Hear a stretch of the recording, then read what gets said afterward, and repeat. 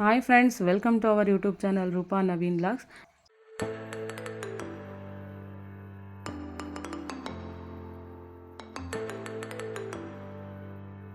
ಇವತ್ತು ನಾನು ಪಾಲಕ್ ರೈಸ್ ಮಾಡಬೇಕು ಅಂತ ಅಂದ್ಕೊಂಡಿದ್ದೀನಿ.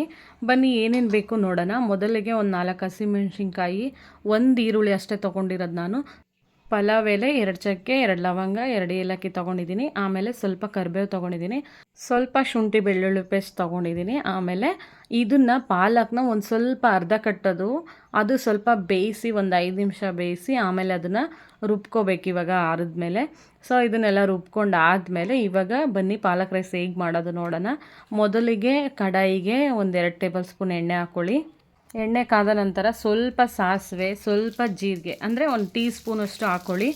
ಇದ್ರ ಜೊತೆಗೆ ಸ್ವಲ್ಪ ಹಸಿಮೆಣ್ಸಿನ್ಕಾಯಿ ಹಚ್ಕೊಂಡಿರ್ತೀನಲ್ಲ, ಒಂದು 4-5 ಅದನ್ನು ಹಾಕೋಬೇಕು.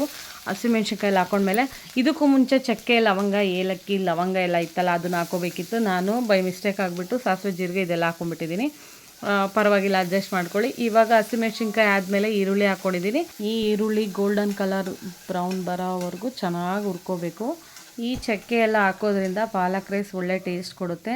ಪಾಲಕ್ ಸೊಪ್ಪು ಬೇಸಿಗೆ ಕಾಲದಲ್ಲಿ ಎಷ್ಟು ತಿಂದರೂ ಅಷ್ಟೇ ಒಳ್ಳೆಯದು, ಮತ್ತು ತಂಪು ಕೂಡ. ಅದರಲ್ಲೂ ಬಾಣಂತಿಯರಿಗೆ ಹಾಲಿನ ಅಂಶ ಕೊಡುತ್ತೆ. ಇದೆಲ್ಲ ಆದಮೇಲೆ ನಾನಿವಾಗ ಸ್ವಲ್ಪ ಕರಿಬೇವಿತ್ವಲ್ಲ, ಕರಿಬೇವು ಹಾಕೋತಾ ಇದ್ದೀನಿ. ಕರಿಬೇವೆಲ್ಲ ಹಾಕ್ಕೊಂಡು ಚೆನ್ನಾಗಿ ಫ್ರೈ ಮಾಡಬೇಕು. ಕರಿಬೇವನ್ನ ಈ ಥರ ಈರುಳ್ಳಿ ಎಲ್ಲ ಆದಮೇಲೆ ಹಾಕಿದ್ರೆ ಅದೊಂದು ಸ್ವಲ್ಪ ಸಿಡಿಯಲ್ಲ. ಎಣ್ಣೆಗೆ ಹಾಕ್ಬಿಟ್ರೆ ಡೈರೆಕ್ಟು ಸಿಡಿದು ಬಿಡುತ್ತೆ. ಈ ಥರ ಹಾಕೋದ್ರಿಂದ ಏನಾಗಲ್ಲ. ಇವಾಗ ನಾನು 1 ಟೇಬಲ್ ಸ್ಪೂನು ಶುಂಠಿ ಬೆಳ್ಳುಳ್ಳಿ ಪೇಸ್ಟ್ ಹಾಕ್ತಾಯಿದ್ದೀನಿ. ಹಸಿ ವಾಸನೆ ಹೋಗೋವರೆಗೂ ಚೆನ್ನಾಗಿ ಫ್ರೈ ಮಾಡ್ಕೋಬೇಕು.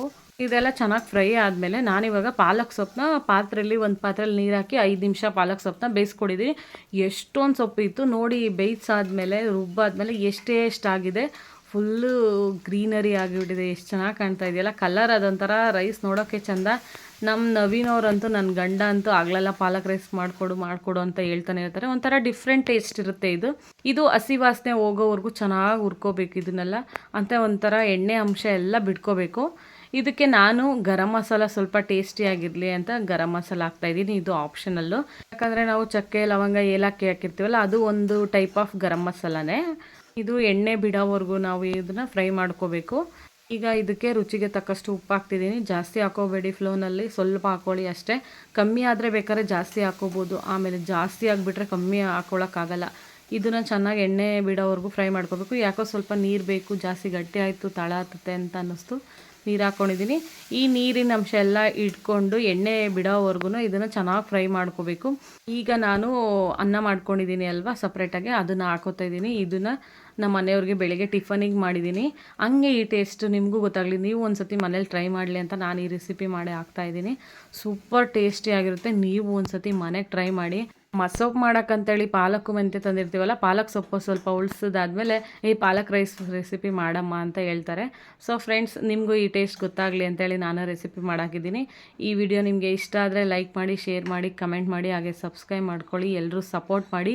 ಪಾಲಕ್ ರೆಸಿಪಿ ನೀವು ಒಂದು ಸತಿ ಟ್ರೈ ಮಾಡಿ, ಹೇಗಿದೆ ಅಂತ ಕಮೆಂಟ್ ಮಾಡಿ. Thank you all.